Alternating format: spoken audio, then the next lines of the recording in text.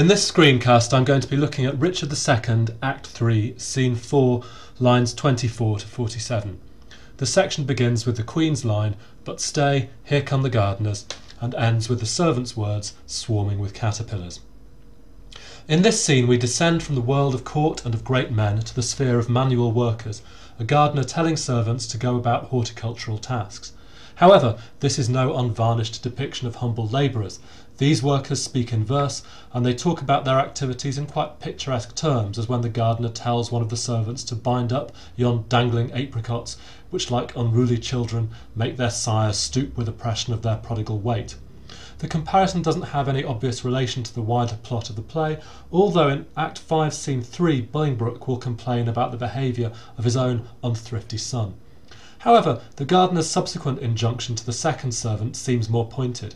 "Go thou," he says, "and like an executioner cut off the heads of too fast-growing sprays that look too lofty in our commonwealth."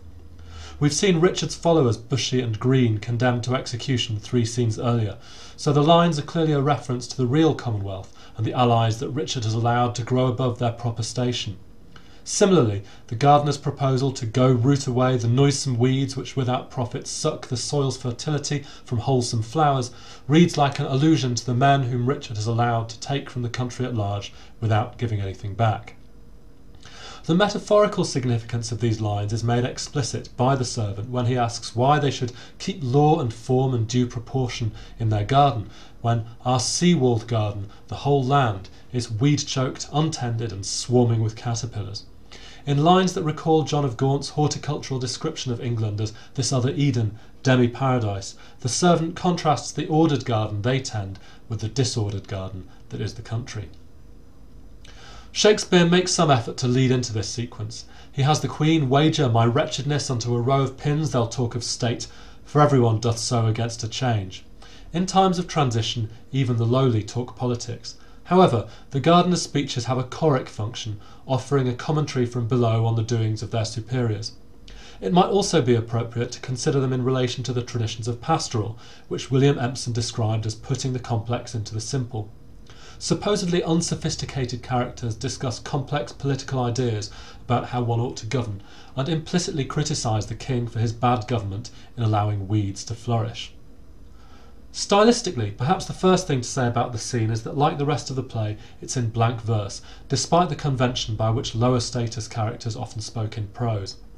Beyond that, it's rhetorically clearly patterned, with the gardener's speech dividing into 2 sections addressed to the servants, beginning "Go bind thou" and "Go thou," before his own proposal, "I will go root away the noisome weeds."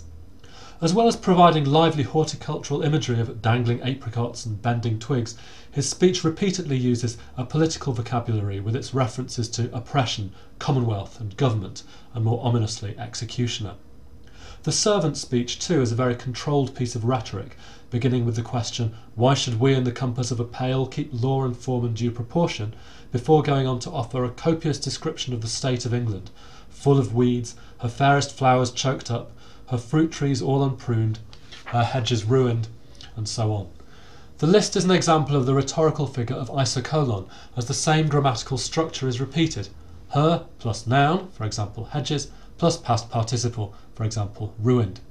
Indeed, one could say that the speeches of the gardener and the servant, like their garden, keep law and form and due proportion, in contrast to the disordered world outside. One final thing to say about these speeches is that not only are they introduced by the Queen, who correctly predicts their political content, they are unknowingly spoken in her presence, as she and her ladies-in-waiting conceal themselves in the shadow of these trees. So a theatre audience would be aware of the Queen as an onstage audience of the gardeners, perhaps surprised at their political sophistication, and perhaps disappointed at their unfavourable assessment of her husband's rule.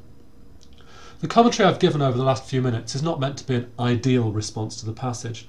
There are plenty of things I could have talked about and didn't, for example the way the land of England is gendered female. But I have tried to give an idea of some of the things you might think about when considering an extract from a play.